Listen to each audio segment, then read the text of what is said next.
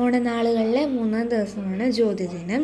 ഇപ്പോൾ പൂവിളിയും പൂവടയും ഓണപ്പുടവയും ഓണപ്പൂക്കളും എല്ലാം തൂഷണയിലെ സദ്യയും എല്ലാം മനസ്സിൽ സൂക്ഷിക്കാൻ കഴിയുമ്പോഴാണ് നാം മലയാളികൾക്ക് നന്മയുടെ പ്രതീകമായി മാതരെ വരവേൽക്കാൻ സാധിക്കുന്നത്. അപ്പം ഇന്നത്തെ ദിവസം 3 ലെയറിലാണ് പൂക്കളം ഇടാറ്.